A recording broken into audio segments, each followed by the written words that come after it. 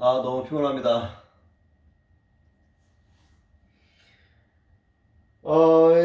그래도 이 새벽 출근은 그래도 조금 지나면 적응을 하는데, 왜 요즘에 이렇게 적응을 못하겠죠? 밖에 날씨 너무 좋습니다. 하늘이 너무 이뻐요. 저 그 퇴근하면서 운전하다가 차 세울 뻔했어요. 하늘 너무 이뻐가지고. 아, 진짜 그냥 아무것도 없는 파란 하늘도 확실히 이쁘긴 이쁘지만, 구름이 있어야 돼요. 네, 여러분, 구름이 있어야 됩니다. 구름이 있어야 진짜 이쁜 하늘인 것 같아요. 피부도 똑같습니다, 여러분. 여드름이 있어야 이쁜 피부입니다. 뭐래니? 운동하겠습니다. 아, 오늘은 팔굽혀펴기랑 그거 할 거예요. 일단 CNN.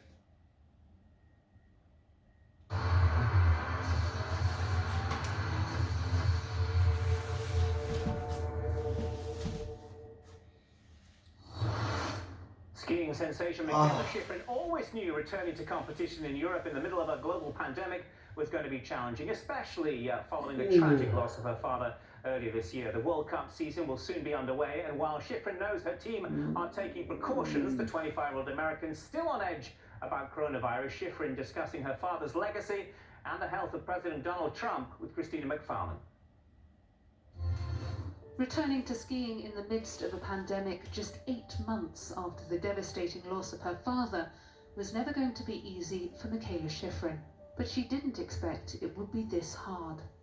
I guess it's not a very positive thing to say, but I'm just kind of uncomfortable. And with everything that's happened over the past 7 months, it's a little bit funky. It's a little frustrating to feel like you have to argue your way through every single day about why, I'm wearing my mask, I'm taking care of my side of things. Can you just stand back? 저 만성 피로에 시달리고 있습니다. You're not hurting anybody by just giving me some space. So that kind of thing, it's like a constant battle, and that's frustrating. 오늘도 확진자 100명 넘었죠. Uncomfortable. 왜 안 줄어? Uncomfortable feeling is it's a little bit everything. It's also 어디서 이렇게 걸리는 거지? when we're in Europe, we'd normally be basically talking to my dad every day and texting him, and not having that option is difficult. Not being able to talk to him and have him just make us feel a little bit more safe, because even if he wasn't here, he was still our safety net. So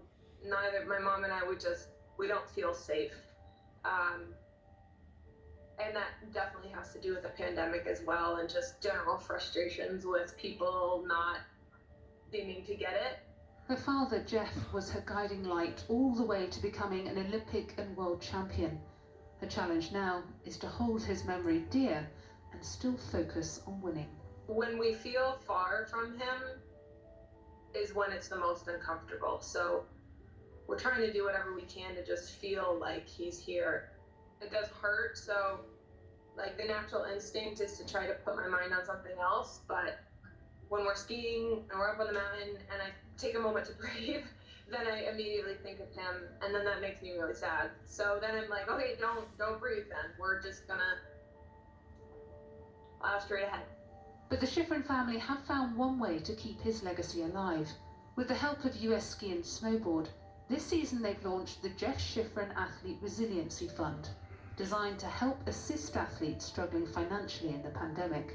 Everybody goes through moments where they need to pull out some strength and resiliency, trying to honor my dad and his legacy and his love for skiing, his love for snow sports, his love for helping other people and helping athletes achieve their dreams in the World Cup and the Olympics.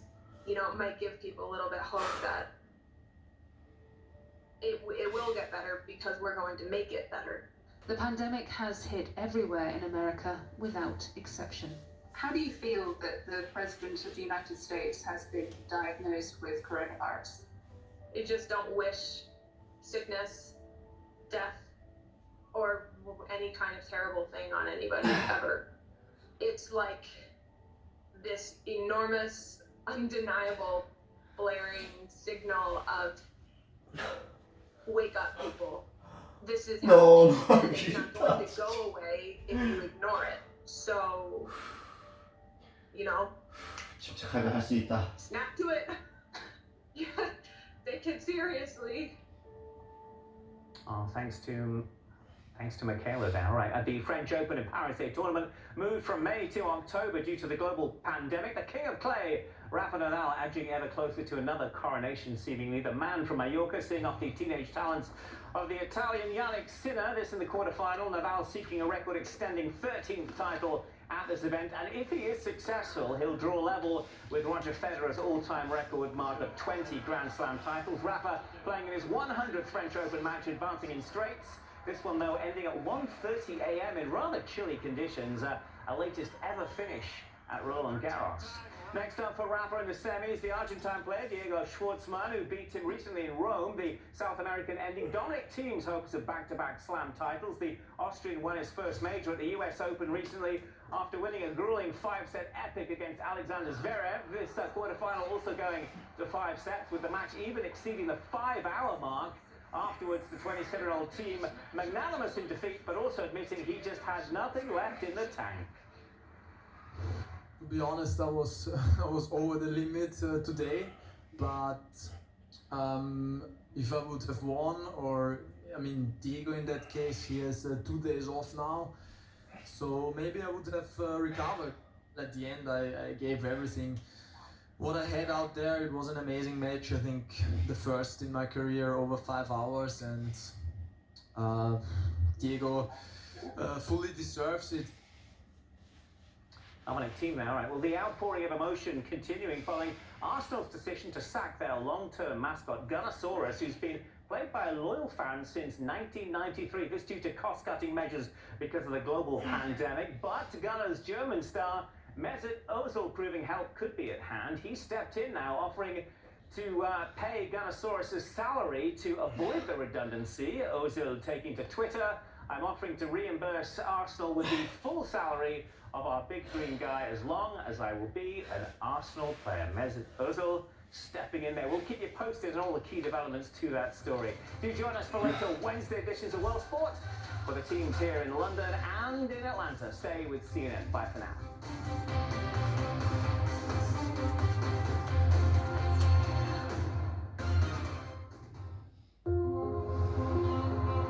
On the 1st of October 2021, we will open the gates of Expo 2020 to the world. Smiling, confident, and proud as we stand ready to connect, entertain, and inspire, ready to deliver on our promise. More than 190 countries have already joined us. As the nation where impossible is possible prepares to celebrate its golden jubilee with the world, we never stop moving forward, with hope, with care, and with pride. Always learning from one another and sharing new ideas that can build a better future for us all. Because great things can happen when we bring the world together. Expo 2020 Dubai, 1st of October 2021 to the 31st of March 2022. 1 year to go.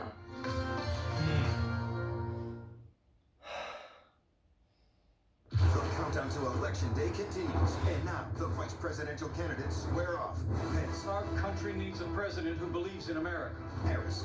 America, we are better than this. The vice presidential debate. Watch it live on CNN.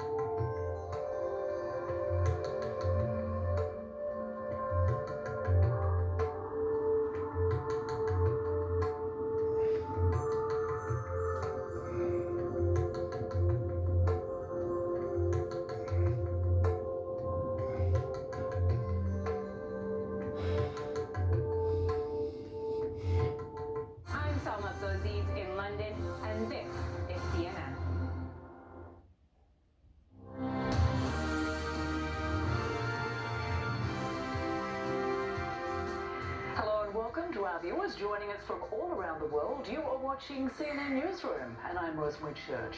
Just ahead, the coronavirus is spreading through the ranks of the US government as new polling shows the US president losing steam against Joe Biden. Mike Pence and Kamala Harris are getting ready to debate for the first time what their teams are doing to prepare and keep the vice presidential nominees safe from COVID. Plus, Hurricane Delta has weakened slightly, but is still a very dangerous storm as it approaches Mexico. A live update from Cancun.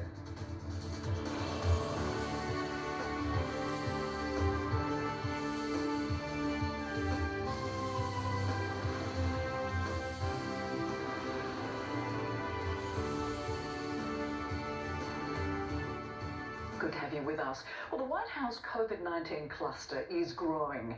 President Trump's hardline immigration advisor, Stephen Miller, is the latest member of the president's inner circle to test positive.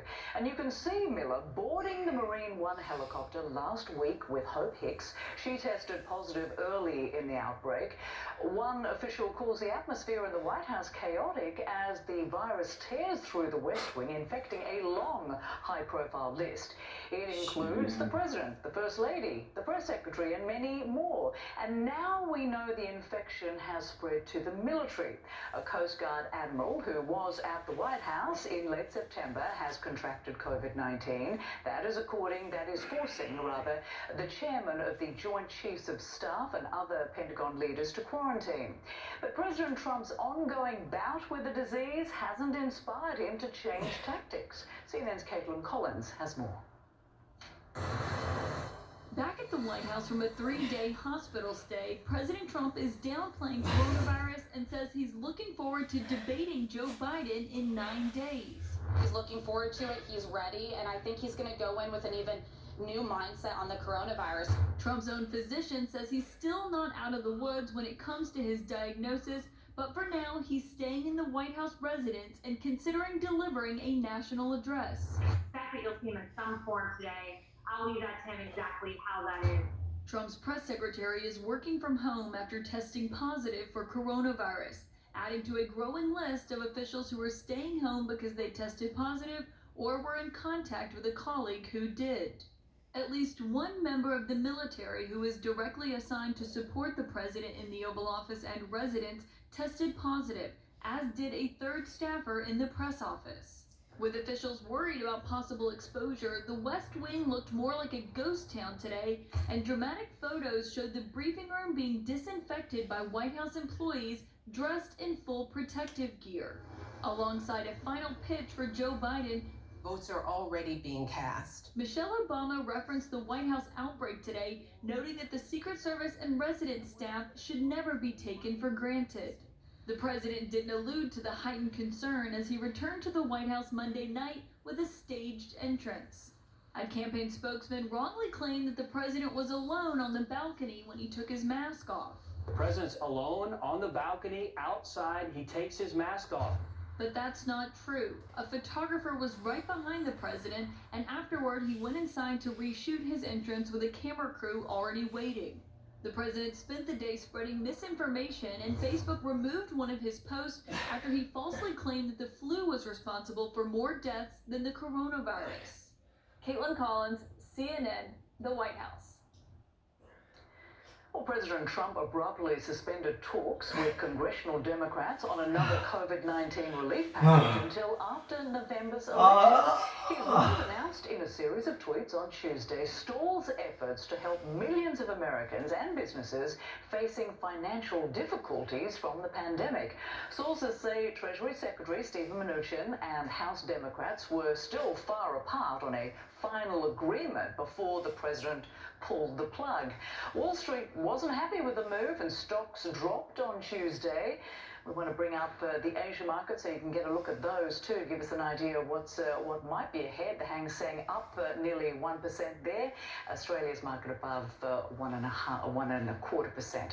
So let's turn to John Defterios. He's with us from Abu Dhabi. Good to see you, John. So we saw a sharp sell-off on Wall Street, but Asian markets are taking this in stride, it seems. Is there still hope for a compromise? That is the market view right now, Rosemary, but this is life under an unpredictable president. Let's put it that way. He tells Wall Street, I'm going to hold off the negotiations until after the election, then gets on a conference call with Senate Republicans and Steve Mnuchin to say, I still want a deal around $1.6 trillion. So a lot of mixed messages. Let's take a look at U.S. futures. They're starting to believe that there's still space for a compromise, as you're suggesting, Rosemary. They're all up 0.4%. But high-end antics by the president, but this is no joke. We had $3 trillion in the first package. We still have 26 million Americans on unemployment benefits, 1 in 7 in the United States. In the last week, 75,000 jobs cut from corporate America. So this is serious stuff. Let's bring up those major players you were talking about: Steve Mnuchin, Nancy Pelosi, Mitch McConnell. The House Democrats put up $2.2 trillion back in June. They didn't start negotiating with the Republicans until September. There was no package from the Republicans. They wanted something below $1 trillion. The White House is at 1.3. You can hear the compromise at 1.6. But let's get on with it. I would imagine we're the only developed country in the world, in Europe and Asia, during a crisis like this, Rosemary, where they're still arguing. Nobody argues about stimulus packages in other countries. They just pass it because it's a crisis. And this has carried on far too long, with the president throwing a wild card on the table at the very last minute.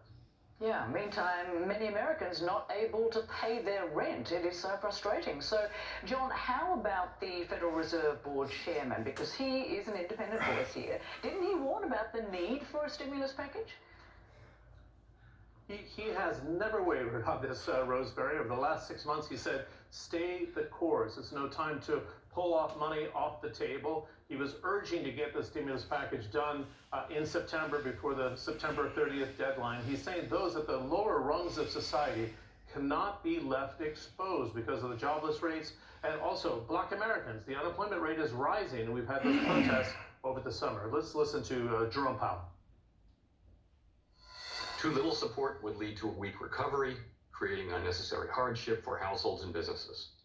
Over time, household insolvencies and business bankruptcies would rise, harming the productive capacity of the economy and holding back wage growth.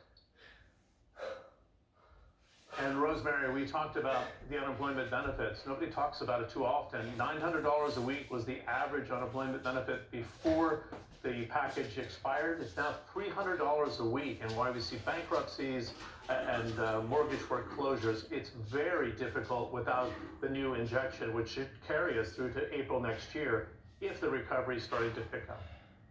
Let's hope we see some movement with that. John Defterios in Abu Dhabi, many thanks. Joining me now is Larry Sabato, Director of the Center for Politics at the University of Virginia. Good to have you with us. Thank you, President. So President Trump abruptly ended the stimulus bill negotiations Tuesday that would have provided relief to millions of Americans who are hurting right now. He says those talks will not resume until after the November election, and as a result, the market plunged, of course. What are the political ramifications of a move like that? This really has been a general election from hell for Donald Trump. Everything that could have gone wrong has gone wrong. He needed this stimulus bill because so many parts of the American economy, so many pieces of the American population are hurting. And this was an opportunity to give them hope and some relief. And now it won't happen, at least until after he needs it. And that would work against him, surely. So why would he do that? Well, he must have assessed, maybe via Mitch McConnell, that it wasn't going to happen anyway. And so he wanted to be the one to end it, showing decisiveness and leadership, as we know he's obsessed with. And maybe that's why. I'm guessing, but it makes sense, in a sense. It makes sense. Right. And President Trump told Americans not to be afraid of COVID-19, even suggested he might be immune despite still being infected, and spending 3 nights in hospital, pumped up on steroids and a cocktail of experimental drugs. Now, he says he feels great and is ready to debate. Joe Biden says that shouldn't happen if Trump is still infected with COVID. How problematic and political could this prove to be? Because Biden would not want to be seen to be the one that says this debate can't go forward. Yes, and this will accelerate after the vice presidential debate. But it suggests to me that there is not agreement on whether that debate, the presidential debate, should even be held.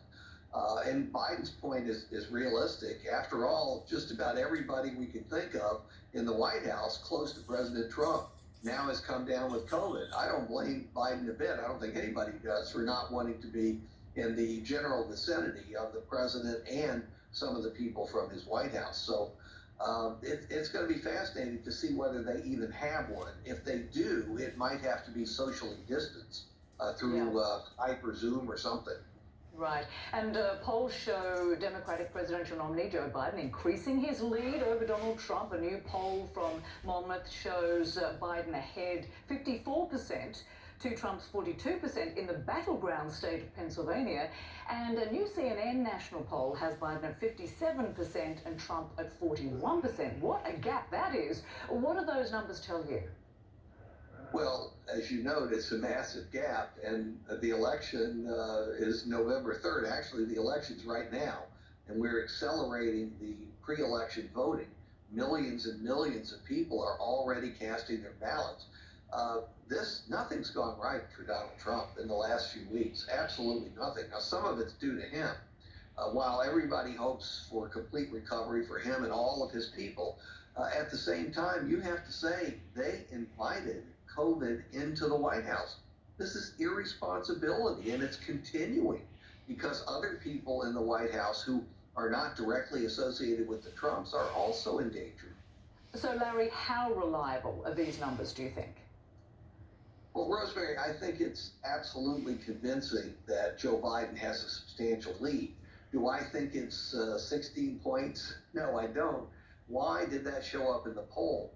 Because Republicans have gotten discouraged. They were discouraged about the debate and how poorly President Trump did. They're discouraged about the COVID diagnosis and the hospitalization.